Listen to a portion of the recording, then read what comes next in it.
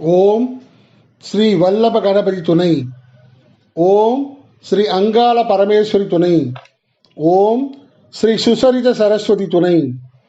திருக்கைலாய பொதியமுனி பரம்பரை 1001வது குருமகா சன்னிதானம் சக்தி ஸ்ரீ அங்காள பரமேஸ்வரி அடிமை குருமங்கல கந்தர்வ சத்குரு ஸ்ரீ வெங்கட்ராம சுவாமிகள் திருவடிகளே சரணம்.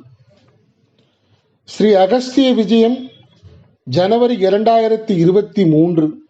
அடிமை கண்ட ஆனந்தம் தொகுப்பு. அருணாச்சல சத்குரு ஸ்ரீ வெங்கட்ராம சுவாமிகள் தம் சித்தமகா சத்குருவாம் ஸ்ரீ இடியாப்ப சித்புருஷரிடம் பெற்ற குருகுலவாச அனுபூதிகளை ஜனவரி 1993 இதழிலிருந்து கடந்த 30 ஆண்டுகளாக 361 இதழ்களாக தொடர்ந்து வரும் திவ்யமான ஆத்ம சக்தி தொடர். குருவருளால் சிந்திப்போமாக. கடந்த இதழில் அடிமை கண்ட ஆனந்த அனுபூதி பற்றி பல நாட்களுக்கு பின்னர் ஆன்மீக ரீதியாக அதன் பின்னணியில் நிகழ்ந்த விண்ணுலக வைபவங்களை பெரியவர் சிறுவனுக்கு தத்ரூபமாக விளக்கினார். எப்படியோ 65 ஆண்டுகளுக்கு முன் நடந்த குருகுலவாச அனுபூதி இது. பெரியவர் அங்கு நடந்த விண்ணுலக நிகழ்ச்சியை டிவி வீடியோ போல் தன் உள்ளங்கையில் ஓடவிட்டு சிறுவனுக்கு காட்டினார். தொலைக்காட்சி பெட்டியோ கம்ப்யூட்டரோ செல்போனோ சமுதாயத்தில் புழக்கத்திற்கு வராத காலம் அது. ஆன்மீகத்தில் அனுபூதி எனில் ஒருவருக்கு எதிர்பாராத வகையில் வாழ்வில் கனியும் ஆத்மானுபவங்கள், பரவசங்கள், அற்புதங்கள் போன்றவைதான்.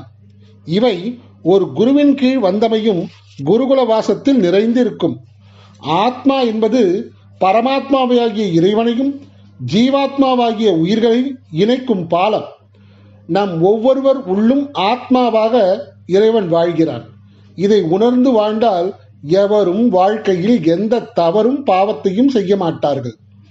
கடந்த 30 ஆண்டுகளாக இந்த அடிமை கண்ட ஆனந்த தொடரில் நாம் கண்டு விண்டு ஆனந்தித்து வரும் இத்தகைய குருகுலவாச வைபவங்கள் யாவும் நாம் வாழும் இக்கலிகாலத்தில் சித்தமகா சத்புருஷர் ஸ்ரீ இடியாப்ப சித்புருஷர் தம் ஆத்யந்த சீடராம் குருமங்கல கந்தர்வா ஸ்ரீ வெங்கட்ராம சுவாமிகளுக்கு பள்ளி பருவத்தில் வார்த்தருளிய செய்தி பொக்கிஷங்கள்.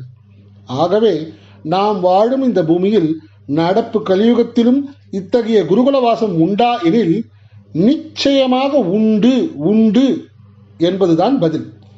இந்த பூமியில் உள்ள 195 நாடுகளிலும் வாழும் ஒவ்வொரு மானுடருக்கும் குரு உண்டு. இவ்வாறாக இன்றைய காலத்திலும் சத்குரு பிரான்கள் நேரடியாக நடத்தி அருளும் இத்தகைய குருகுல வாசங்கள் உலகெங்கும், குறிப்பாக பூமியின் ஆன்மீக மையமான புனித பாரதத்தில் நிறையவே உண்டு. மதராஸில் மட்டும் 14க்கும் மேல் இவை உள்ளதாக சத்குரு ஸ்ரீ வெங்கட்ராம சுவாமிகள் 40 ஆண்டுகளுக்கு முன்னரேயே உரைத்து வந்துள்ளார். இப்பிறவிக்குள் நமக்காக எங்கோ காத்திருக்கும் குருவை அடைந்து கொண்டு அவர் மூலம் கடைத்தேறி நற்கதியை அடைந்தாக வேண்டும் என்ற உத்வேகம், ஆழ்ந்த நம்பிக்கை, குருபக்தி இதில் மிக மிக அவசியம். இத்தகைய எண்ணற்ற ஆன்மார்ந்த அனுபூதிகள் சிறுவன் ஆழ்ந்த நம்பிக்கை, குருபக்தி கொண்டு பகு ஆனந்தத்துடன் தன் குருகுல வாசத்தில் தினமுமே அனுபூதித்து வந்தான் எனில் என்னே குருவின் கருணை. நாமும் இதேபோல் குருவின் மகத்துவத்தை, இறைவனின் திருவருளை அனுபவிக்க வேண்டுமாயின் முதலில் இதில் ஆழ்ந்த நம்பிக்கையும் குருவருளும் நிறைந்திட வேண்டும். ஆகவே ஒவ்வொருவரும் தம்முடைய இந்த பூலோக பிறவியில் குருவை அடைய வேண்டியதன் அவசியத்தை முதலில் தாம் உணர்ந்து பிறருக்கும் உணர்விக்கும் உத்தம இறை தொண்டையும் ஆற்றி வர வேண்டும். நாம் இந்த அடிமை கண்ட ஆனந்த அனுபூதியில் கண்டு ஆனந்தித்து வரும் இத்தகைய குருகுலவாச அனுபூதிகள் இதற்கு துணையாக நின்றள்ளும். இதற்காகவேனும் இதனை கவனமாக படிக்க வேண்டும். மேலும் பிற ஜீவன்களின் நலன்களுக்காக அக்குடும்பம் இயன்ற அளவில் சேவை செய்து வருவதால் அக்குடும்ப தலைவரை குணப்படுத்துவதற்கு அவர்கள் தம் பிதுரர் ஒருவர் விண்ணுலகிலிருந்து பூமிக்கு வந்து மகத்தான வகையில் அனுக்கிரகம் புரிந்ததையும் பெரியவர் சிறுவரிடம் விவரித்தார். எல்லாம் முடிந்த பின் அவர்கள் பல வகையில் பெரிதும் முயற்சித்தும் அவர்களால் பெரியவரை தரிசிக்க முடியாமல் போயிற்று. நாங்க விரும்பினாதான் சங்கல்பிச்சாதான் எவரும் எங்களை சந்திக்க முடியும் என்பது சத்குரு ஸ்ரீ வெங்கட்ராம சுவாமிகளின் திருவாக்கு. எல்லாம் இறைவன் செயல் என்பதை உணர்த்துவதற்கு கலியுகத்தில் சமீபத்தில் நிகழ்ந்த குருகுலவாச வைபவமான இந்த அடிமை கண்ட ஆனந்த அனுபூதியே உதவும். மேலும் அவர்கள் தன்னை காண்பதை விட அவர்களுடைய பிதர்கள் அருளியபடியாக அவர்களுக்கென நிர்ணயமாகியுள்ள குருபிரானை அவர்களே சந்திக்கும் பாக்கியம் விரைவில் கைகூடும். இதற்காக தன் கடமையை செய்தாக வேண்டும் என்று பெரியவர் உரைத்தார். அதாவது அவர்கள் தன்னை பார்ப்பதை விட அவர்களுக்கு உரித்தான குருவை தரிசிப்பதே முக்கியமானது. இதை நடத்தி தருவதும் தம் கடமையாகும் என்பது பெரியவர் தந்த விளக்கம். பெரியவர் திருவண்ணாமலையிலும் ராயபுரம் கல்மண்டபம் ஸ்ரீ அங்காளியம்மன் கோயிலுக்கும் அவ்வப்போது சென்று வந்த போதிலும் என்ன காரணத்தாலோ அவர்களால் பெரியவரை தரிசிக்க இயலாமல் போனது. இருப்பினும் பெரியவரின் அறுவரையின்படி அக்குடும்பத்திலிருந்து காசிக்கும் அவர்களுடைய தொன்மை பூர்வீக ஊரான பட்டுக்கோட்டை அருகே நாடியம் கிராமிய புண்ணிய பூமிக்கும் சென்றோர் பெரியவரை மீண்டும் தரிசிக்கும் பாக்கியத்தை உற்றனர். பெரியவர் வார்த்த நல்வழி முறைகளையும் குடும்பத்தாரிடம் எடுத்துரைத்து கடைபிடிக்க செய்தனர். அப்போது பெரியவர் குடும்பத்தார் கூடுதலாக பிதிர் வழிபாடுகளை ஆற்ற வேண்டியதன் அவசியத்தை வலியுறுத்தினார். மேலும் அவர்கள் தாமடைந்த பலாபலங்களை ஏனையோரும் அடைவதற்காக இதன் மகத்துவத்தை பலரும் ஆயுள் முழுவதும் புகட்டி வர வேண்டிய கடமையையும் அறிவுறுத்தினார். மகான்கள் எடுத்துரைக்கும் அறவழி முறைகளை, தான தர்மங்களை பக்தர்கள் எங்கேனும் கடைபிடிக்கும் போது அவ்விடங்களிலெல்லாம் அந்தந்த மகான் சூட்சமமாகவோ நேரடியாகவோ பிரசன்னமாக வேண்டும்.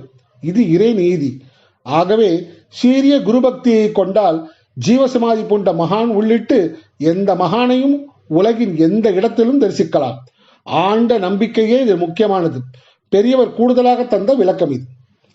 ஆகவே அடியனை பார்ப்பதற்காக நீங்க இங்க அங்கு அலையறதை விட அடியனுடைய குரு காட்டிய நல்ல வழிகளை நீங்க கடைபிடிச்சாலே இறைவன் உங்களுக்கு இட்டுள்ள நியதிப்படி நிச்சயமா நாங்க அந்த இடத்துல பிரசன்னமாவோம். இதையே சத்குரு ஸ்ரீ வெங்கட்ராம சுவாமிகள் 1992 ஆண்டில் கும்பகோணத்தில் மகாமக உற்சவ அன்னதானத்தின் போது மதுரையில் இருந்து வந்த அடியார்களிடம் உரைத்தார். ஏழைகள் வசதியற்றோரும் பல புனித தலங்களுக்கு சென்று தங்கி புனித நீராடி ஆலய வழிபாடுகள், தர்ப்பண திதி கொடுத்தல் பூஜைகளை ஆற்றும் வண்ணம் இலவசமாக வசதிகளை செய்து தருவதையும் ஒரு உத்தம தொண்டு என்பதையும் பெரியவர் விளக்கினார்.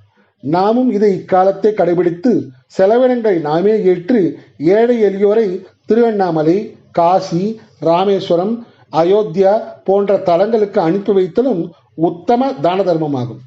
காசி, ராமேஸ்வரம், திருவண்ணாமலை போன்ற புண்ணிய ஸ்தலங்கள் நமக்கு மட்டுமன்றி நம்முடைய மூதாதர்களாகிய பிதர்களுக்கும் முக்தியை நல்கும் பிதிர் முக்தி தலங்களாக நிகழ்கின்றன. ஆகவே இத்தலத்தின் நம் முன்னோர்களான பிதர்களின் போக்குவரத்தானது தரிசிப்பதற்கு எளிதாகவும் பிதர்களின் விஜயமும் ஆண்டு முழுவதும் அதிகமாகவும் இருக்கும். இக்காரணங்களால் அக்குடும்பத்தாரை திருவண்ணாமலைக்கு அனுப்பி வைத்ததாக பெரியவர் உரைத்தார். மேலும் அக்குடும்பத்தாரின் பூர்வ வம்சத்தில் பல நூறு ஆண்டுகளுக்கு முந்தைய முன்னோர் ஒருவர் பூவுலகில் பிற ஜீவன்களின் நல்வாழ்விற்காக தம்மை அர்ப்பணித்து தியாகமயமாக வாழ்ந்தமையால் இந்த தியாகமய பூலோக வாழ்வின் சித்தமாக விண்ணுலகத்தில் பிதுர்லோகத்தை அடைந்தார். அங்கும் அதே பூலோக குருவானவர் வேறு வடிவில் வந்து அவருக்கு நல்வழி காட்டிட ஆங்கேயும் சீரிய இறை சேவைகளை ஆற்றி வருகிறார். தற்போது அவர் அதி உன்னத நிலையான ருத்ர பித்ருவாக உத்தம நிலையில் விண்ணுலகில் திகழ்கிறார். பல கோடிகளில் ஒருவரே மிகவும் உன்னதமான வசு பித்ரு, ருத்ர பித்ரு, ஆதித்ய பித்ருவாக ஓய்வு பெற முடியும். இதற்கு பூலோகத்தில் ஆற்றும் சுயநலமற்ற புனிதமான தியாகமய தொண்டுகளே உதவும். மேலும் அந்தந்த வம்சத்து பிதர்கள் மூலமாகவே பெரும்பாலும் அந்தந்த குடும்பத்தார் உதவிகளை பெறுவர். ஆதலினும் இறைவனும் குருபிரான்கள் பிதர்கள் தேவாதி தெய்வ மூலமாகவே அனுகிரகத்தை பொழிவதாலும் உலக மானுடர் ஒவ்வொருவருக்கும் பிதிர் வழிபாடு மிகவும் அவசியமானதாகும். ஆகவே அக்குடும்பத்தாரின் ருத்ர பிதரை பல லோகங்களிலும் மகான்கள் குருபிரான்கள் தேடி கண்டறிந்தனர். சத்குரு அறியாதது ஏதுமில்லைதான். இருக்கும் இடத்திலிருந்தே எல்லாவற்றையும் அறியவல்ல தீர்க்கதரிசிவே சத்குரு. ஆதலினும் நம்மை போல் இப்படி தேட வேண்டிய அவசியம் இல்லைதான். எனினும் ஸ்ரீராமபிரான் போல் அந்தந்த யுககாலத்தின் அந்தந்த உலகில் திகழும் நடைமுறை வாழ்வியல் சமுதாய விதிமுறைகளுக்கு ஏற்ப சத்குரு தம்மை சமுதாயத்தில் இருத்திக் கொண்டு தம்மை வெளிக்காட்டிக் கொள்ளாது நல்வழி காட்டுவார். தெய்வ அவதாரமாயினும் ஸ்ரீராமர் வசிஷ்ட ரிஷியும் ஸ்ரீ கிருஷ்ணர் சாந்திமணி ரிஷியும் குருவாக ஏற்று அவர்களின் கீழ் பாடங்களை கற்று பூலோக சமுதாயத்திற்கு எடுத்துக்காட்டாக திகழ்ந்து அருள்கின்றனர். இந்த நடப்பு அடிமை கண்ட ஆனந்த அனுபூதியில் நெடுங்காலமாக அக்குடும்பத்தாரிடம் விடுபட்டு போன பலவிதமான பிதுர் வழிபாடுகளை எல்லாம் பெரியவர் மீண்டும் கடைபிடிக்கச் செய்து பித்ருக்களின் ஆசிகளை பெறுவதற்கு அருள் வழி காட்டினார்.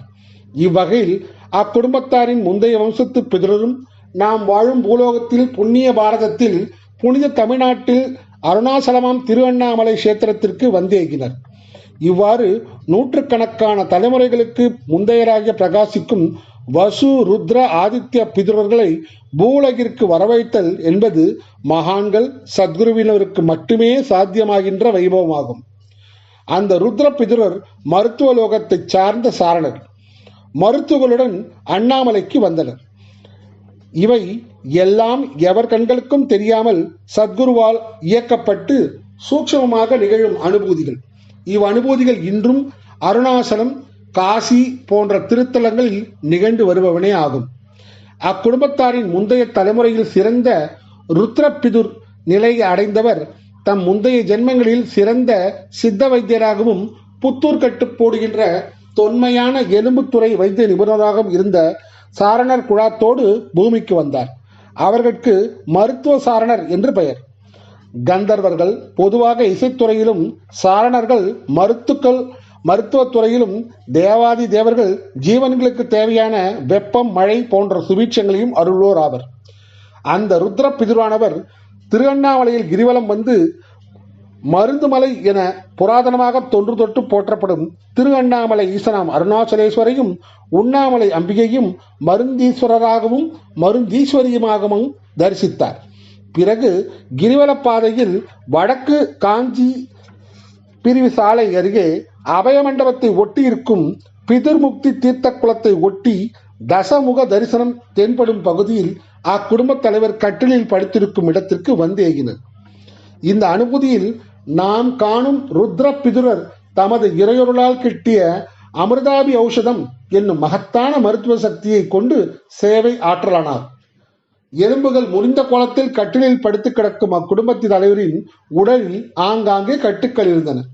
அவற்றின் ஊடே அந்த ருத்ர பிதுரர் எலும்பு முறிவுகள் ஏற்பட்டிருக்கும் பகுதிகளில் தாம் ஒளி பொருந்திய நேத்திர யோகமாக செலுத்திடவே அவர்தம் கண்களில் இருந்து லேசர் பீம் போல் வைத்திய சக்தி மிகுந்த ஒளிச்சுடர்கள் பாய்ந்து உடைந்த எலும்புகள் தசைநார்களை சீரமைத்து மீண்டும் பழைய நிலையில் இணைத்து குணப்படுத்தின.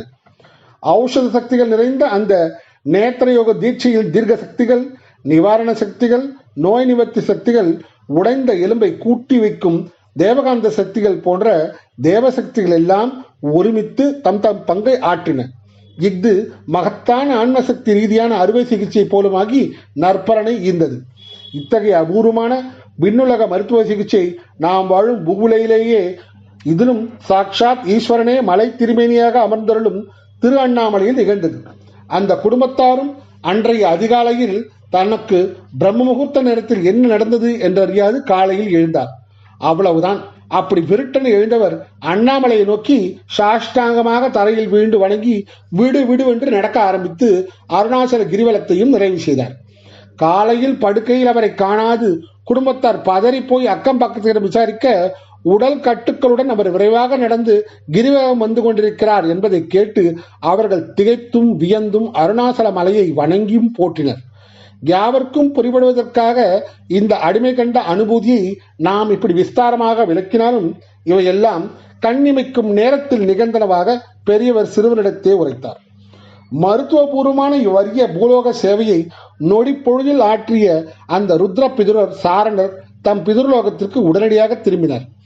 அந்த ருத்ர பிதுரர் தம் பூலோக வாழ்க்கையின் போது வைத்தீஸ்வரன், மருந்தீஸ்வரி, தன்வந்திரி பெருமாள், கருடாழ்வார், சந்திரமூர்த்தி, சூரியனுடைய இரு புத்திரர்களான நாசத்யா, தஸ்ரா எனும் இரு அஸ்வினி குமாரர்கள் ஆகிய மருத்துவ சக்தி ஔஷதா மூர்த்திகளையும் உபாசித்து வழிபட்டு வந்தமையால் அவரிடம் செழித்திருந்த வைத்திய சக்தி ஞானமானது ஏனைய லோகங்களில் இதேபோல் தொடர்ந்தது. ஆங்கே விண்ணுலகங்களிலும் வானுலகில் இருந்தவாறு பூலோகத்திற்கு வந்தும் லட்சக்கணக்காருக்கு வைத்தியபூர்வமாக இன்றும் இன்னேயும் உதவி புரிந்து வருகின்றது. இதன் அனுபூதியே நாம் இப்போது காண்பது. அந்த ருத்ர பிதுரானவர் மேல் லோகத்தில் இருந்தவாறு மற்றும் தேவையான பொழுது நாம் இங்கு காணும் அனுபூதி போன்று நாம் வாழும் பூமிக்கு வந்தும் லட்சக்கணக்கானோருக்கு சேவையாற்றுபவர். நாமும் இந்த ருத்ர பிதுரர் போன்று பூலோகத்தில் பிற ஜீவநலன்களை நம்மை அர்ப்பணித்து சேவைகளை ஆற்றிய வண்ணம் வாழ்ந்தால் நமக்கும் வசு பிதுரர், ருத்ர பிதுரர், ஆதித்ய பிதுரராக ஆகும் உன்னத ஸ்தானம் கிட்டும். இந்நிலையில் பூலோகம் மட்டுமல்லாது எல்லா லோகங்களிலும் சேவையாற்றும் பாக்கியமும் கிட்டும். இவ்வனுபூதி மூலம் குரு மூலமே கிடைப்பதாகும்.